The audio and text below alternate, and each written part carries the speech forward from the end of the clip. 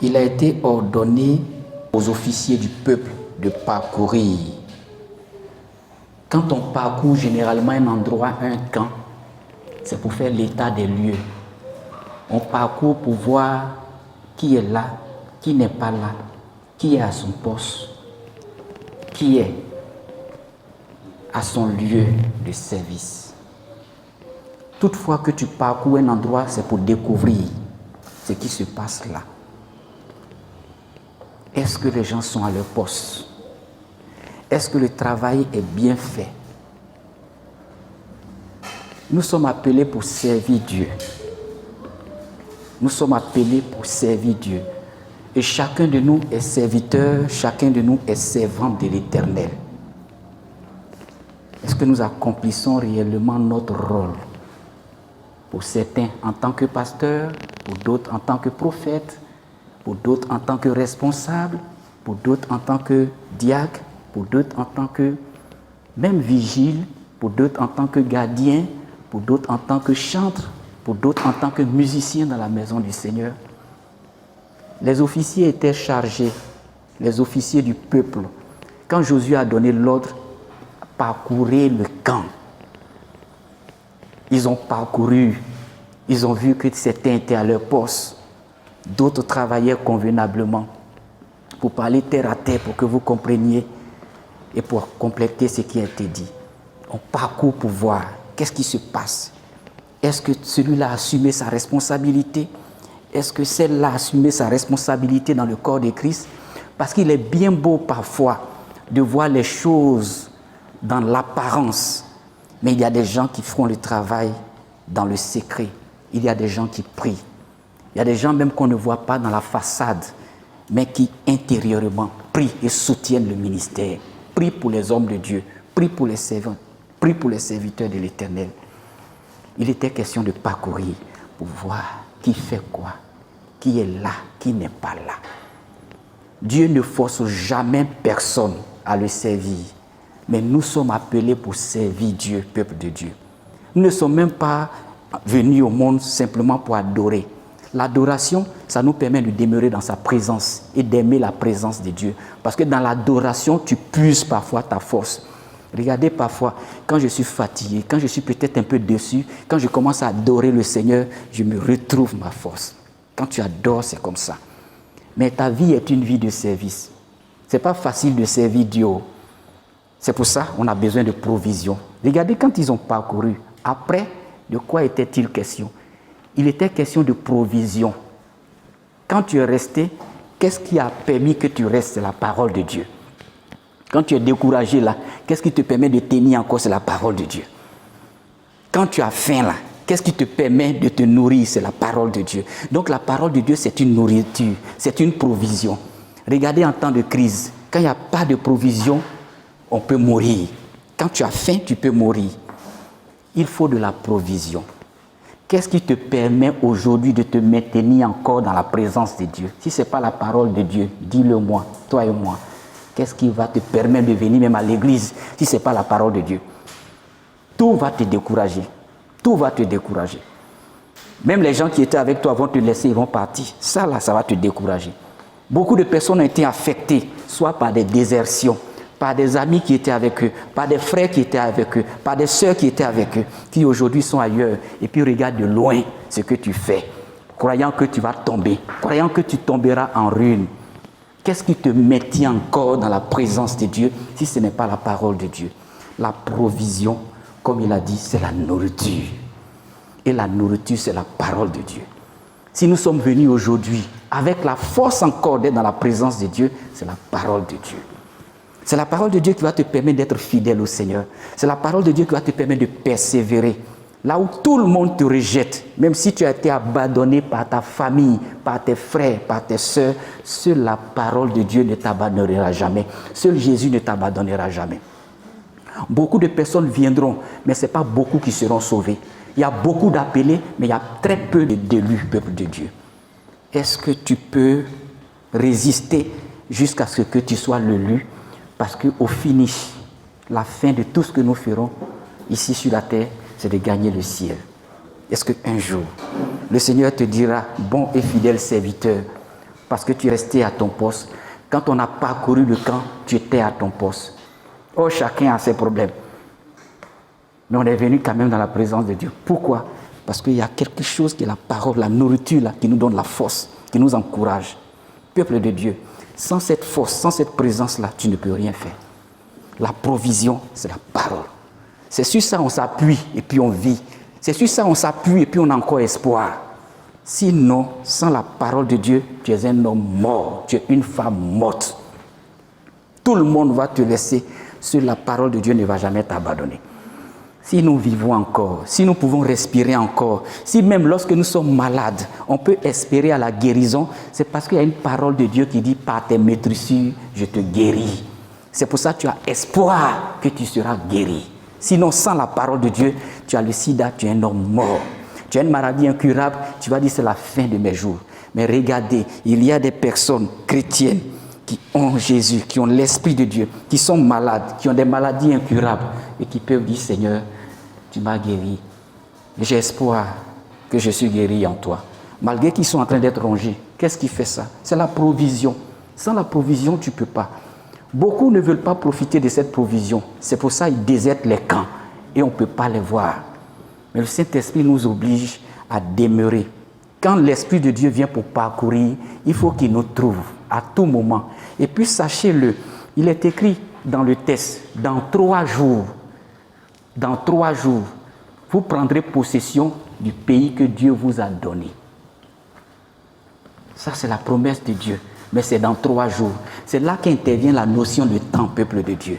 Il y a un temps marqué pour ta grâce. Il y a un temps marqué pour ta bénédiction. Mais est-ce que tu peux attendre jusqu'à atteindre ces 3 jours-là? Il y a 3 V. Il y a le V. Le premier V, c'est la vision. C'est que tu vois. Dieu te promet. Dieu te fait dire que tu vas entrer dans le pays de Canaan. Dieu te promet le réveil. Dieu te promet ça.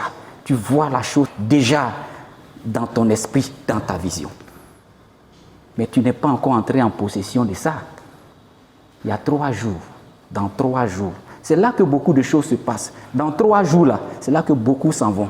C'est dans 3 jours là, beaucoup t'abandonnent. C'est dans 3 jours, les gens ne croyons même pas à ta vision. Dans 3 jours, lorsque les gens verront des difficultés, ils vont te fuir. Dans 3 jours là, c'est là que beaucoup fuient.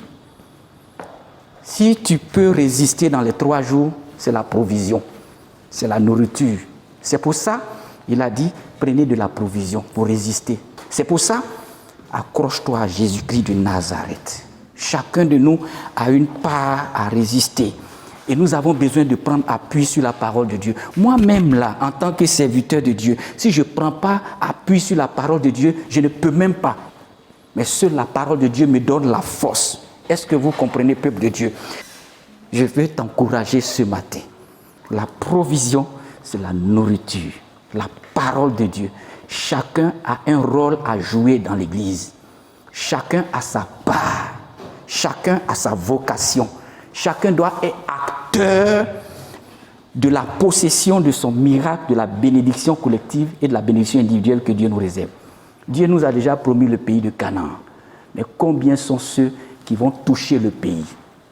Combien sont ceux qui vont marcher dans le pays? Combien sont ceux qui vont aboutir?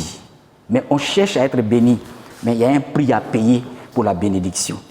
La bénédiction, elle est payante. Le prix à payer, c'est ton service. Le prix à payer, c'est ta fidélité. Le prix à payer, c'est ta loyauté. Le prix à payer, c'est ton engagement. Quand tu es engagé, tu te dis, voilà, j'ai choisi Jésus, mon esprit est focalisé sur Christ, je n'abandonnerai jamais. Je n'abandonnerai jamais mon Dieu. Je serai toujours accroché avec lui. Notre vocation, ce à quoi Dieu nous appelle, c'est d'être bénis et d'entrer à Canaan. La vérité, c'est ça. Une bénédiction de l'Éternel qui n'est suivie d'aucun chagrin. Mais il y a 3 jours avant de rentrer en possession. Il y a 3 jours. Nous sommes en train de traverser nos 3 jours. Peut-être que toi, tu es au premier jour déjà, mais tu es découragé. D'autres au premier jour vont partir. Au deuxième jour vont partir. D'autres au 3e jour vont partir. Très peu. Il y a beaucoup d'appelés, mais il y a peu d'élus. Pour être parmi ceux qui sont élus, ta force, c'est dans la parole de Dieu. Mais c'est Jésus qui ne passera jamais. À qui tu es accroché? À Christ, à la parole, à la révélation de la parole de Dieu. Quand tu es assis chez toi à la maison, que tu es troublé, Tu te souviens de quoi? Lorsque tu es en crise, il y a des versets bibliques qui vont te rappeler que Jésus est avec toi. Quand tu voyages, qu'est-ce qui t'accompagne? Il y a un psaume, le psaume des voyageurs, qui dit « Je bénirai ton départ, je bénirai ton arrivée ». Grâce à ce psaume-là, on a échappé à beaucoup d'accidents. Quand tu es triste, à quoi tu penses? Il y a une révélation, la parole qui te dit « Ne sois même pas troublé. Je suis avec toi, je te fortifie, je viens à ton secours. » Qui peut venir à ton secours? C'est Jésus. L'enjeu, c'est la fidélité au Seigneur. Rien que la fidélité. Je vais te dire une chose. Ta confiance en l'homme même peut décourager ta vie chrétienne. Parce qu'il y a beaucoup de scandales qui peuvent arriver. Même un pasteur peut être objet de scandale. Mais la parole de Dieu ne passera jamais. Parcourez le camp pour découvrir qui est là, qui n'est pas là. Et ceux qui sont là, leur force, puisez-la dans la provision de la parole de Dieu.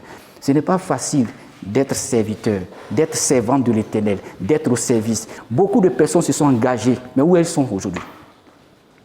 Où sont-ils aujourd'hui? Le seul prétexte que Dieu va utiliser pour nous bénir, c'est son service. Et ici, c'est une maison de service. Si tu as compris la vision et que tu prends ta place comme un acteur important dans la maison de l'Éternel, en servant Dieu, comme certains le font déjà si bien, vous avez tous mes encouragements. Mais toi qui n'as pas encore pris ta place dans la maison de Dieu, ne sois pas surpris. D'autres sont en train de traverser leurs 3 jours. Mais il y a un temps marqué pour leur bénédiction. Il y a un temps marqué que Dieu a choisi. Celui qui est fidèle au Seigneur, il sera toujours béni. Béni dans les champs, béni partout, ses entrailles, le fruit de ses entrailles. Et l'attachement à Jésus demeure toujours. Je me suis rendu compte que tout peut passer, mais seule la parole de Dieu ne passera jamais. Seul Jésus ne nous abandonnera jamais. Ton père, ta mère, tes frères, tes sœurs, ta femme, ton mari, tes enfants, tous ceux-là peuvent t'abandonner un jour.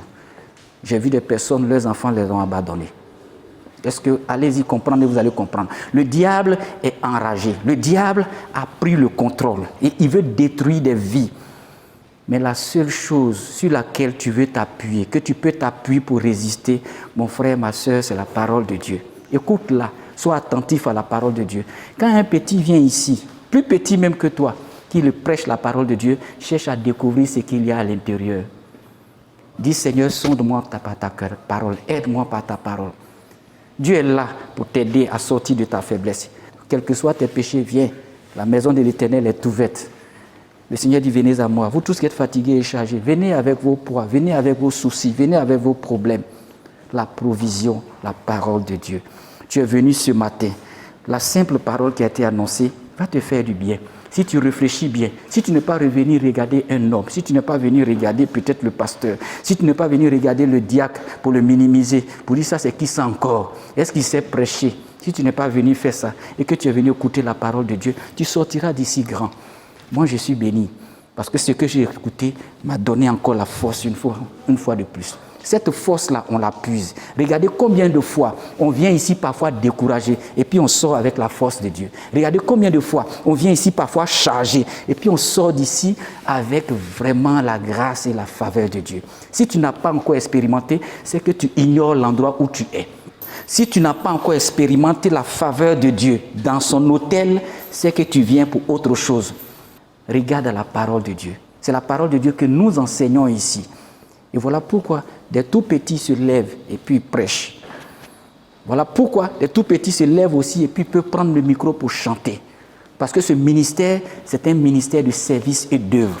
Tout le monde est appelé au service de Dieu. Mais on ne force personne. Celui qui dit qu'il est fatigué, il reste dehors, nous on continue. Et je vais vous dire, peuple de Dieu, ici, c'est la fidélité au Seigneur. Je suis un guerrier du Seigneur. Parce que le Seigneur m'a appelé à ça, peuple de Dieu. Alléluia. Donc je veux que nous tous nous engageons. Dis, je suis guerrier du Seigneur. Je suis prêt à me donner pour Jésus-Christ. Je suis prêt à me donner corps et âme pour mon Seigneur. C'est ce que Dieu attend de nous. Parce que sans engagement, peuple de Dieu, on ne peut pas demeurer dans la présence de Dieu. Il y a beaucoup de facilités qui peuvent s'offrir à toi. Il y a des raccourcis que le diable peut te donner. Mais est-ce que tu peux dire non, je refuse cette facilité parce que j'aime le Seigneur? Est-ce que tu peux le dire? Même si tu le dis, sur quoi tu peux t'appuyer pour dire? C'est sur la parole de Dieu. Où l'apôtre Paul pouvait dire, je puis tout par celui qui me fortifie. C'est la force de Dieu qui nous donne la puissance d'être dans la présence de Dieu. Parce que regardez le monde. Et vous allez voir que quand on observe bien le monde, le diable va miroiter beaucoup de bonnes choses, entre guillemets, mais qui sont des choses qui mènent à la mort. Des choses jolies, jolies, quand tu vois, tu veux tomber là-dedans. Mais une fois que tu tombes dedans, ça te conduit à la mort. Mais ce qui donne la vie, c'est simple. Parfois même, tu regardes, c'est insignifiant. Mais c'est là que se trouve la vie. Regardez le chemin qui mène à la vie. C'est petit comme ça. Mais l'âge spacieux est la route qui mène à la mort. Plusieurs personnes aiment prendre la route. Boulevard, mais ça mène à la mort. Ils sont à 100 heures là-dessus, mais ça conduit à la mort. Je veux emprunter le petit chemin. Il est très resserré. Il est tout petit, mais il mène à la vie. C'est le meilleur chemin, peuple de Dieu. Appuie-toi sur la parole de Dieu. La provision qui est la nourriture, qui est la parole de Dieu, va t'aider à prendre possession. Les gens vont partir, mais toi, tu ne vas jamais abandonner le Seigneur.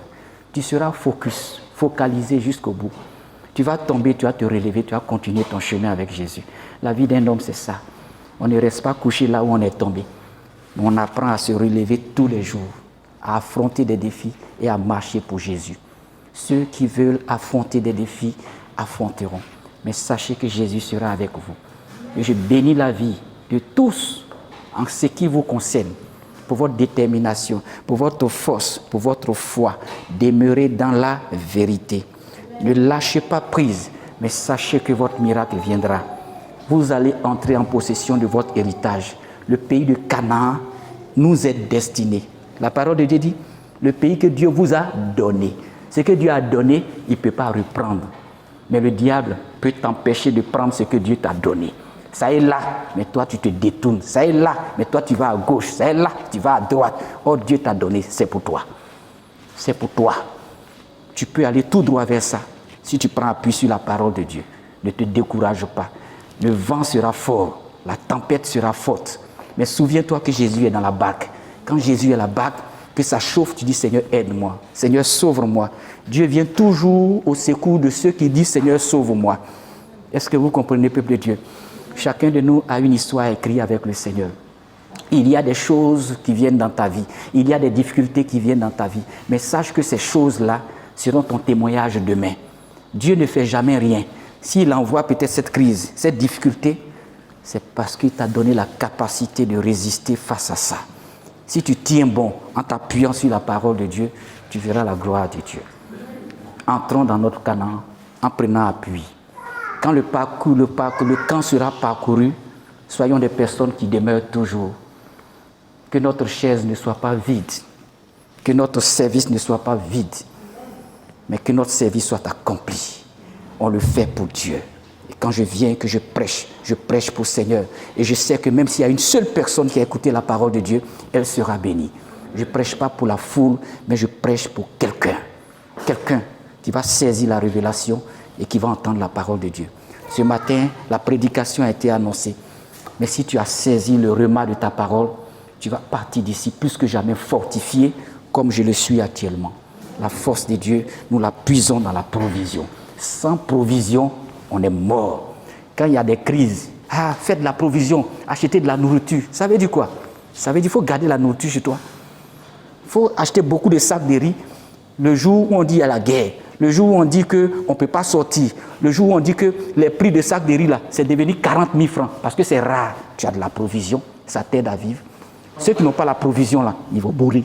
Ceux qui n'ont pas la provision, là, ils vont quitter leur maison, soit pour aller voler. Ceux qui n'ont pas la provision en temps de crise, là, ils vont sortir de l'église pour aller compromettre. Ceux qui n'ont pas la provision, là, ils vont aller se vendre.